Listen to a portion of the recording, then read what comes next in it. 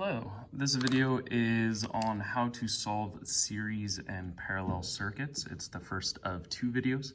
This first one will be focused mostly on series. If you haven't watched the two micro lectures or video lectures on, I believe it's Kirchhoff's laws and series and parallel circuits, then you should go and watch those first before attempting this. The problem I'm going to solve is very similar to, I believe, the first problem on your problem set, or maybe it's the second problem, but let's go ahead and get started. So hopefully you remember from our videos, in series, there's something that stays constant, and the question is it voltage or current? So think about in series, what stays constant and what adds up, and what is the resistance like in series? Does it just add or is it complicated? Think about the answer to yourself real fast. All right, hopefully you remembered that in series, what stays constant or is the same throughout the entire circuit is the current. And in series, what adds up to the total of the circuit or the total for the battery is the voltage. And for resistance is very simple in series. It's just that it adds. So looking at our equation sheet, when we're looking for the series, we can see that for series, the equivalent or total resistance is simply just adding up the resistors. Now in parallel, think about it for a second. What is constant, what adds up, and what is resistance like in parallel? Is it simple or is it complicated? All right, hopefully you realize that in parallel, the thing that is the same for each of them or is constant for each of them is the voltage. The thing that adds up is the current. So the current in each branch adds up to the total current. And in parallel, resistance is complicated. It's because we're not just adding a resistor into a loop, we're actually creating a whole new loop usually when we're adding something in parallel, so it makes it more complicated.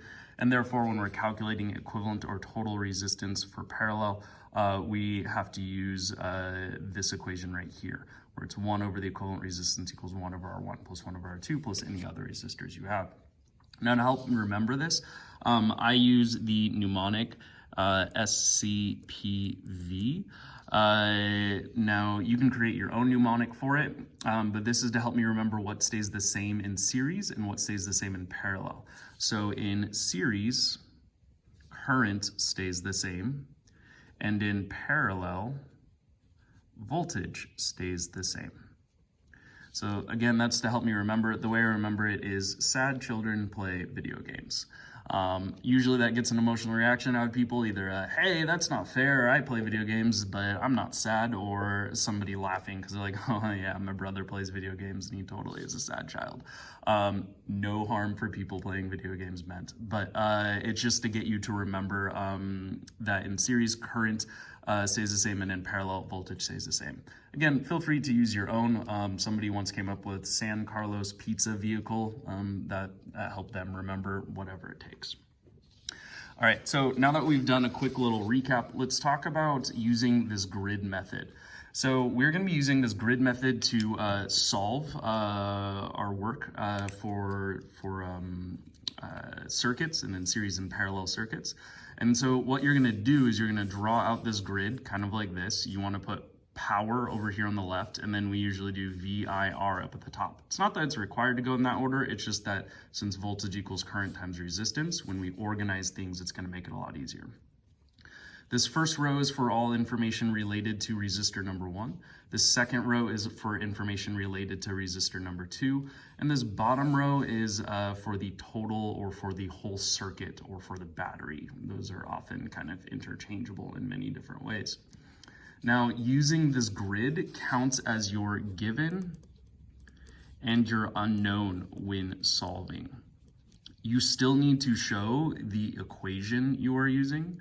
You still need to then also substitute and solve. So you're showing some work, but you don't have to show these first two pieces if you are filling in the grid. If you don't end up liking the grid method, you can totally just use given, unknown, equation, substitute, solve as normal. So let's go ahead and get started with one example.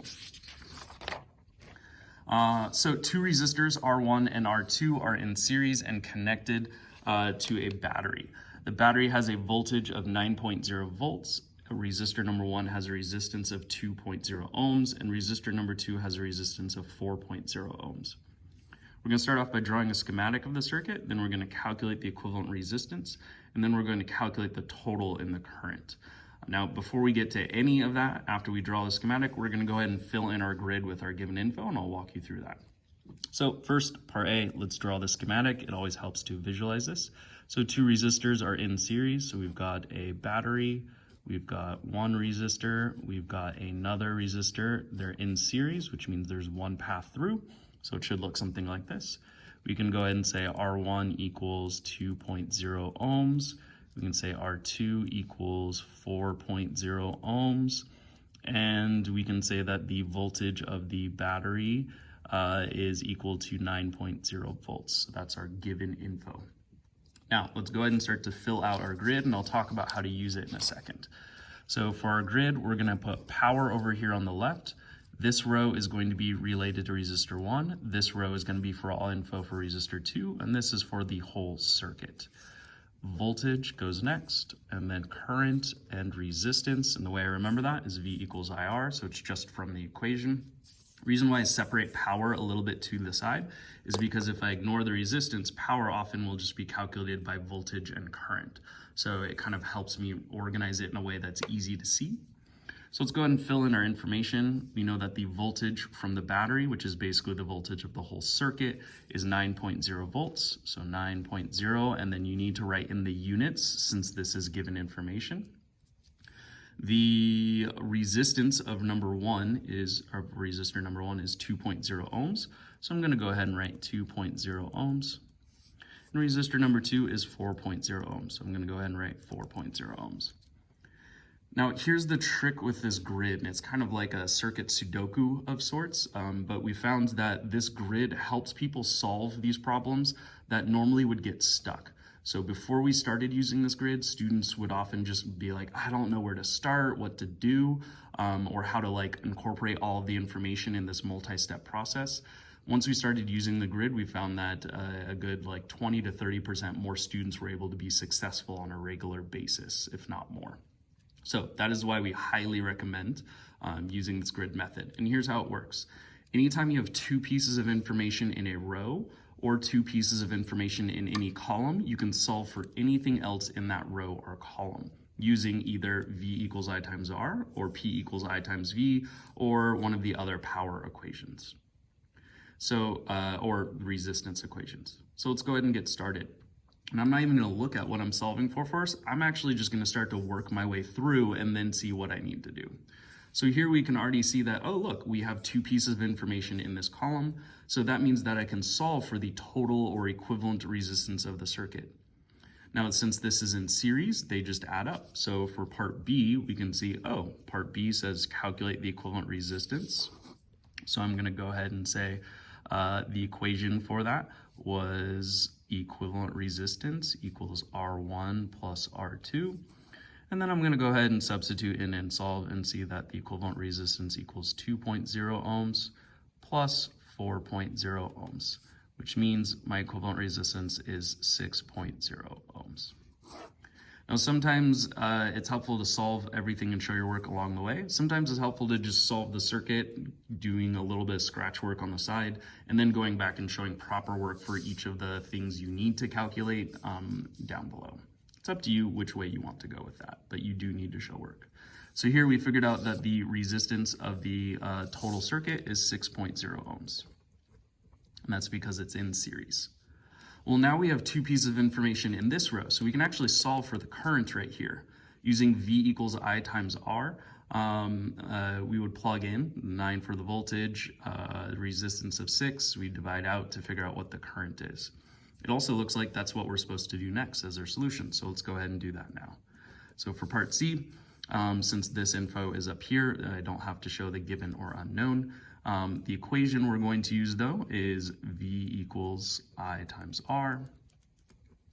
Oop, there we go. The equation is V equals I times R. So now I'm going to substitute in We know that the voltage was 9.0 volts, and the current is what we're solving for, and the resistance is 6.0 ohms. Divide both sides by 6, and what we get is 6.0 ohms, 6.0 ohms. Those cancel, and so that leaves us with I is equal to 9.0 volts over 6.0 ohms, which, when we plug into a calculator, 9.0 divided by 6.0 gives me a value of 1.5 amps. So I would go ahead and write 1.5 amps. And again, remember to write the units as you're going through. All right, so now it would appear that we are kind of stuck. We could solve for some of this stuff, but it seems like there's a lot of other stuff that's blank over here.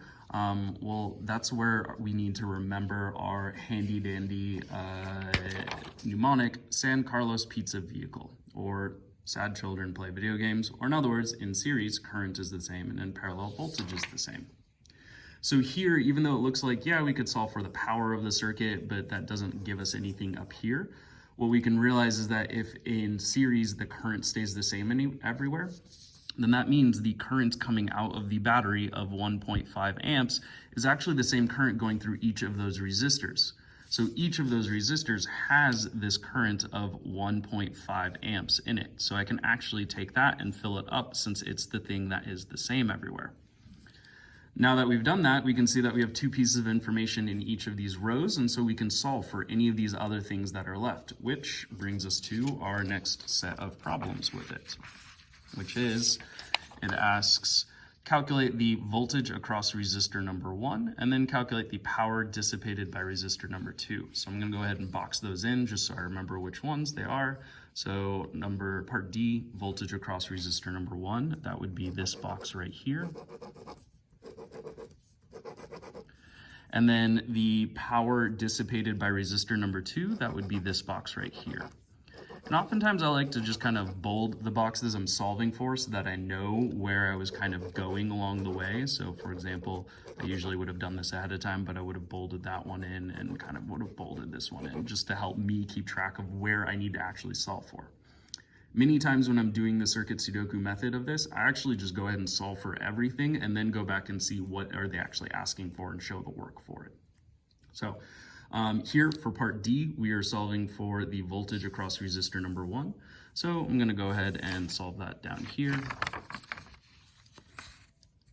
So for part D, we know the equation is still going to be V equals I times R.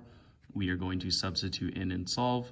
We had that the current was 1.5, the resistance is 2.0, so the voltage is equal to 1.5 amps times the resistance of 2.0 ohms. Plug into a calculator and solve, and what we get is that the voltage is equal to 3.0 volts with proper sig figs. So I'm going to go ahead and fill that in. So if we needed to, we could actually solve for this right here. You might go, oh, well, if this is 9 volts and this was 3, then if we're adding up, then we can realize that this one is 6. But the next thing that it actually asks us to solve for is the the power in resistor number 2. So let's go ahead and solve for that real fast. Power in resistor number 2, we can use P equals V times I, but we're missing that voltage right now. So you could solve for that and then solve for the power. Or you could go back to your equation sheet and see, is there another equation that would work better for power, given we have current and resistance? Well, given that we have current and resistance, you can actually calculate power using I squared times R. So that works. So that's the one we're going to use. So for part E, I'm going to go ahead and use the equation P equals I squared times R. Here, my I was 1.5, that is squared, times my resistance of 4.0. So that power comes out to, let's go ahead and plug it in, 1.5 squared times 4 gives me a value of 9. So the power is I need to do proper sig figs, 9.0 watts. And that's our last answer. That's it for solving those series questions. Look for the next video that walks you through solving a similar setup for parallel. Oh, let's go ahead and write in our answer here.